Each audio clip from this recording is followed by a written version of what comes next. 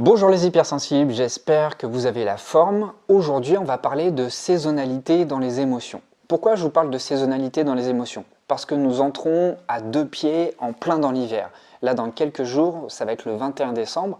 Et le 21 décembre, eh bien, nous célébrons l'équinoxe de l'hiver. Alors, qu'est-ce que ça signifie pour nous? Alors, rassurez-vous, je ne vais pas faire d'astrologie ou d'horoscope, c'est pas du tout ma tasse de thé. Ce dont je m'aperçois, c'est qu'au fil des années qui passent, j'arrive de plus en plus à m'harmoniser avec le cycle des saisons. Alors, qu'est-ce que j'entends par là? Ce que j'entends, c'est que on ne peut pas fonctionner de la même manière en été comme en hiver. J'ai longtemps essayé de faire comme ça. J'ai longtemps essayé d'être en pleine forme, d'être tout le temps dehors, d'être dans l'action comme lorsque je le suis en été. C'est vrai, l'été, on est souvent dehors, on est dans une période de pleine expansion, tout comme un arbre qui étend ses branches, qui déploie ses feuilles, qui fournit des fruits. Eh bien, nous, c'est un petit peu pareil. Nous, c'est un petit peu pareil dans le sens où l'été, c'est une période d'expansion, c'est une période où on est dehors, c'est une période qu'on qualifie souvent de propice aux rencontres parce qu'on s'ouvre vers l'extérieur, on s'ouvre vers le dehors, on s'ouvre vers les autres. Et maintenant que nous sommes en hiver, eh ben, c'est un peu le contraire. Là, c'est une période où on est amené, physiquement déjà, on est beaucoup plus en dedans, on est beaucoup plus amené à allumer les lumières parce que dehors, la lumière est beaucoup plus réduite qu'en été. Il fait beaucoup plus froid, il fait beaucoup plus gris, le soleil est beaucoup moins présent. Et donc, c'est une autre forme de chaleur qu'il faut aller trouver.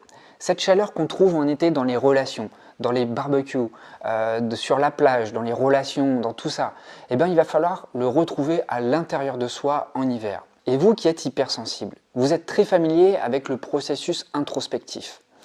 Et c'est pour ça que l'hiver, c'est une saison royale pour pouvoir plonger en soi et c'est une période propice pour se poser les bonnes questions en soi. Quelles sont les émotions qui m'animent? Quels sont les besoins qui me sont rappelés par mon corps? Qu'est-ce que je prévois pour l'année prochaine? Quelles graines j'envisage de semer au printemps prochain? Vous savez, actuellement, c'est une période propice pour justement entrer en soi, entrer dans ce processus d'introspection, se poser les bonnes questions, à savoir qu'est-ce qui est bon pour moi, qu'est-ce qui est bon pour mon équilibre, qu'est-ce qui me fait grandir, quels sont mes moteurs d'évolution. Et je vous invite vraiment à vous poser ces questions-là pour créer vos projets, que ce soit personnel ou professionnel, et commencer à maturer tout ça.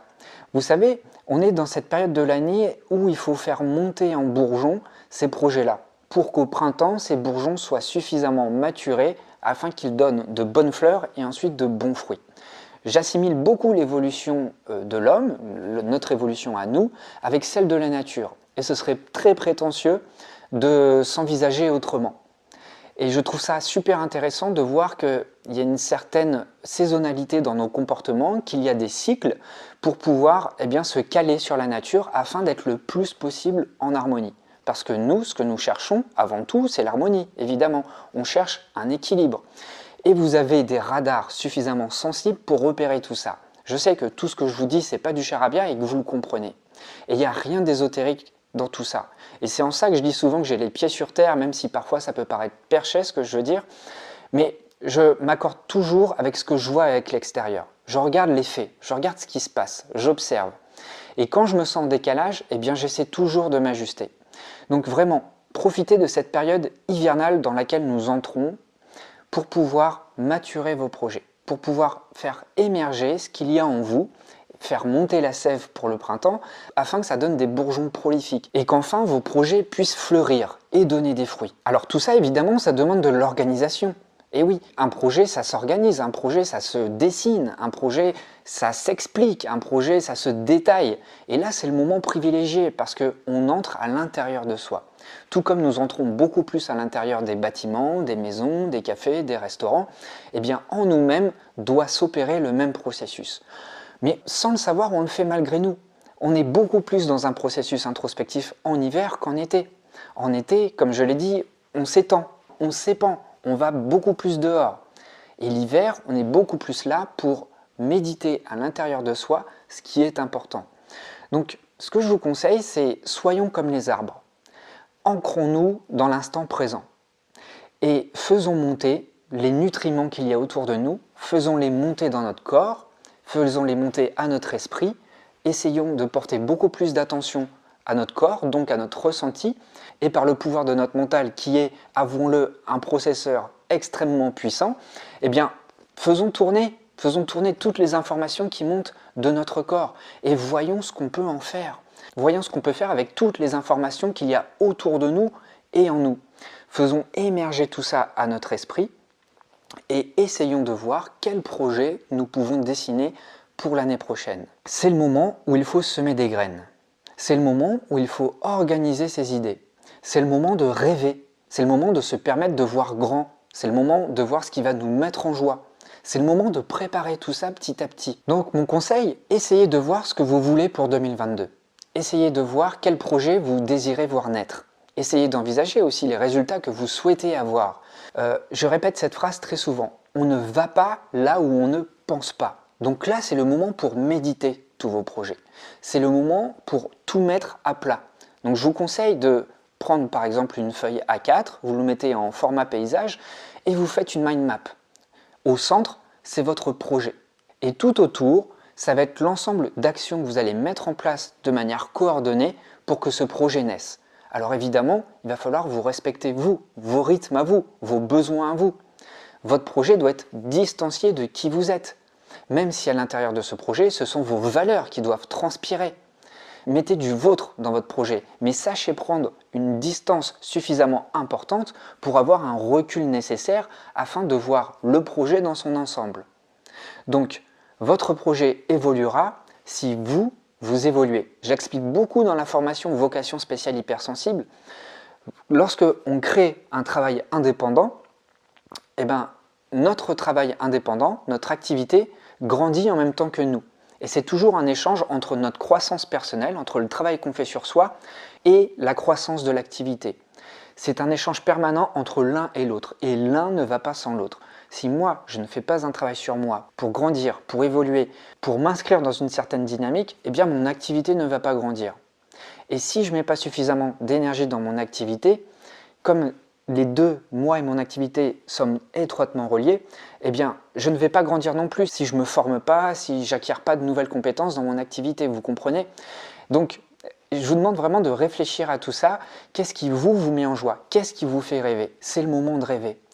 C'est le moment là où il fait nuit quasiment toute la journée, donc c'est à vous d'apporter de la lumière. Et la lumière, elle n'est pas dehors, elle n'est pas sur la plage, elle n'est pas dans des parcs, elle n'est pas sur les terrasses. La lumière, vous allez la trouver en vous à travers un processus introspectif. Cette lumière, il va falloir s'immerger en vous, aller la chercher en vous et trouver cette chaleur, trouver ce feu ardent pour le matérialiser, pour lui donner une chance d'expansion. Et la qualité des fruits que vous allez récolter cet été sera en fonction du travail que vous aurez préparé à l'avance cet hiver. Et qu'on soit clair aussi là-dessus, n'essayez pas de tout contrôler. Si vous suivez à la lettre ce que je vous dis, si vous préparez cet hiver tout ce qui va se passer en 2022, vous allez certainement vouloir suivre de manière très cadrée le processus que vous avez envisagé. Mais n'oubliez pas non plus que vous avez besoin de lâcher prise par rapport au processus et que la vie, c'est aussi être flexible, c'est laisser l'imprévu venir sur votre parcours. Et c'est là toute l'agilité qu'il faut avoir, c'est avoir suffisamment de recul et de détermination dans votre processus d'expansion pour savoir ce qui est prioritaire, savoir ce que vous allez lâcher, parce que évidemment vous allez devoir lâcher des choses dans tout ce que vous prévoyez cet hiver, parce qu'au printemps par exemple vont s'ajouter des choses dans votre vie, il va y avoir plein de facteurs extérieurs qui vont faire que vous pouvez risquer de dériver. Mais ce qui est le plus important, c'est d'être le plus clair possible, sur votre intention, sur ce que vous souhaitez obtenir, de sorte à ce que lorsque viendra le moment où vous allez appliquer tout ça, où la vie va faire son chemin durant le printemps, l'été 2022, eh bien que vous sachiez vous focuser sur le principal et que les petits détails secondaires ou périphériques à votre projet, eh bien que vous sachiez leur donner une qualité secondaire pour pouvoir les mettre de côté lorsqu'il le faut. Parce qu'il y a des choses qui vont peut-être être prioritaires, qui vont venir sur votre chemin. Donc il va falloir avoir une vision suffisamment claire sur votre projet pour savoir trier vos priorités. Donc c'est ça, dessinez votre projet, dessinez vos priorités, semez des graines maintenant pour être prêt lorsque le moment sera venu. Je vous invite vraiment à profiter de la saison et d'entrer dans ce processus d'introspection. Et quelque part, c'est une mise en action. C'est une mise en action nécessaire. Je le dis souvent dans mes vidéos. D'ailleurs, dans la dernière vidéo où je fais un coup de gueule, où je parle des personnes hypersensibles qui se plaignent, ils se morfondent et se mettent toujours dans la posture de victime parce qu'ils n'arrivent pas à évoluer, je leur dis souvent de passer à l'action. C'est vrai, il faut passer à l'action, il faut être proactif. Et c'est pas parce que on est hypersensible qu'on est malade ou qu'on est handicapé. Ça, je ne suis pas d'accord, je ne peux pas accepter ça. On a un trait particulier, celui d'être sensible, celui d'avoir des radars qui peuvent capter beaucoup de choses. Vous avez un sens de l'observation, utilisez-le à votre profit. Qu'est-ce que j'observe dans l'environnement autour de moi et qui va me permettre de me donner des informations pour que je puisse m'harmoniser avec tout ça et que je puisse caler mon énergie, c'est plutôt ça le mot, que je puisse caler mon énergie afin d'être le plus en lien avec l'énergie du moment. C'est ça qui est important, être toujours en lien avec l'énergie du moment.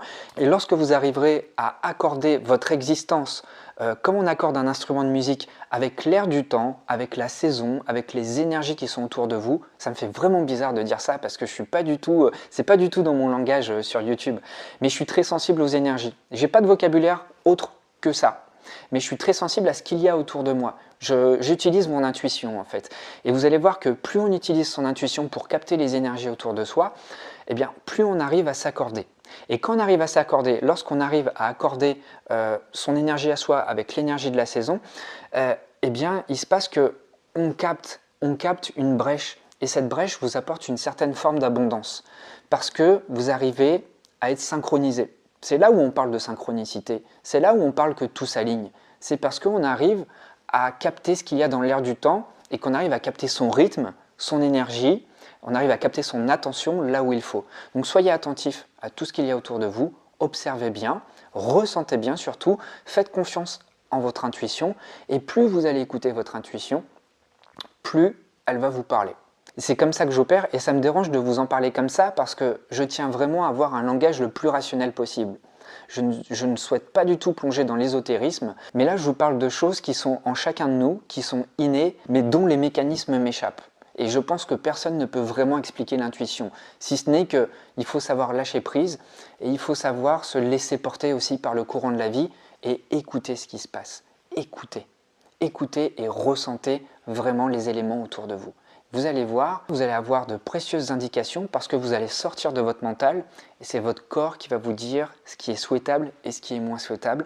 Et ça va vous aider à prioriser ce qui est le plus important pour vous et surtout, ça va donner du sens à ce que vous faites. Et quand on fait quelque chose qui a du sens pour nous, qui est bien harmonisé avec l'air du temps, vous allez voir que tout va s'aligner dans votre vie, que ce soit dans le pro ou dans le perso.